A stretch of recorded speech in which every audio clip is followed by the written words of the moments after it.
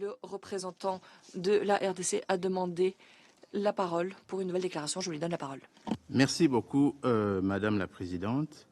Je ne serai pas long, juste trois petits points. D'abord, dans sa déclaration, le représentant du Rwanda vous démontre qu'ils ont peur du génocide, ce qui est normal. Nous tous, nous avons peur du génocide. Mais ce génocide s'est perpétré au Rwanda, entre les Rwandais. Je vous rappelle qu'en Rwanda, il n'y a que 2 tribus, si ce n'est pas 3. Nous, au Congo, nous en avons 450. Et nous vivons ensemble. Le Rwanda ne peut pas prétendre venir au Congo régler des problèmes ethniques qui se posent chez eux au Rwanda. Les Tutsis s'opposent aux Hutus au Rwanda, alors que les Tutsis sont minoritaires, parce que le pouvoir au Rwanda est tenu par des Tutsis. Ils veulent dominer sur les Hutus. Vous ne ferez jamais cela au Congo. Les Tutsis congolais sont congolais, ils ne sont pas rwandais.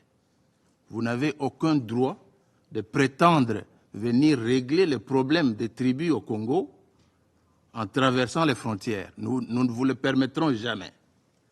Donc notez tout simplement que les problèmes des Tutsis congolais seront réglés au Congo par des Congolais à l'intérieur des territoires congolais. Restez chez vous. De deux, le représentant du Rwanda a peur de la rhétorique. Il parle de la rhétorique, il parle des discours, de menaces qui ont été proférés contre le Rwanda, qui prennent au sérieux. Mais eux, ils ont envahi le territoire d'un pays. Ils sont sur le territoire de ce pays avec armement, avec troupes, avec des lance-missiles, des lance-roquettes. Et ils ont peur de la rhétorique. Nous prenons bonne note de cela. Enlevez vos troupes de la RDC et vous n'aurez pas peur de la rhétorique. Alors, je pense que, en ce qui concerne le blocage du processus de Luanda, tout le monde se conseille, notamment, est témoin que le Rwanda, qui, dans sa folie de grandeur, a continué à armer les M23 pour bloquer le processus de Luanda, dans lequel nous étions tous engagés.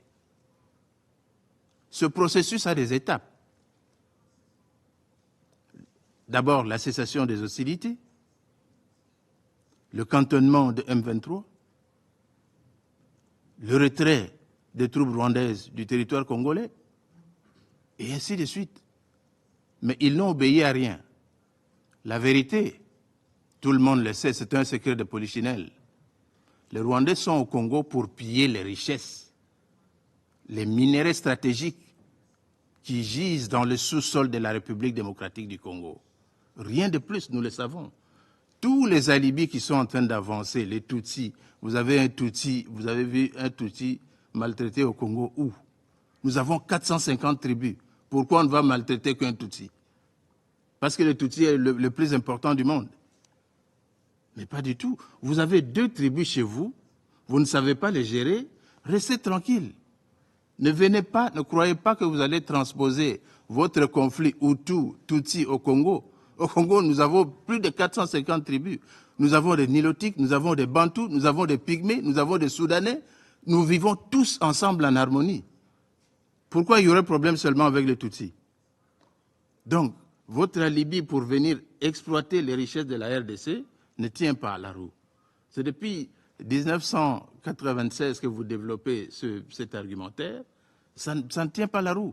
Le Conseil est fatigué de vous entendre dire la même chose. Quittez le territoire congolais. Vous vous êtes assez enrichi comme ça suffit quand même. Chaque chose a une fin. Merci, Madame la Présidente. Je remercie le représentant de la République démocratique du Congo de sa déclaration. Je n'ai plus d'autres noms d'intervenants sur ma liste. La séance est levée.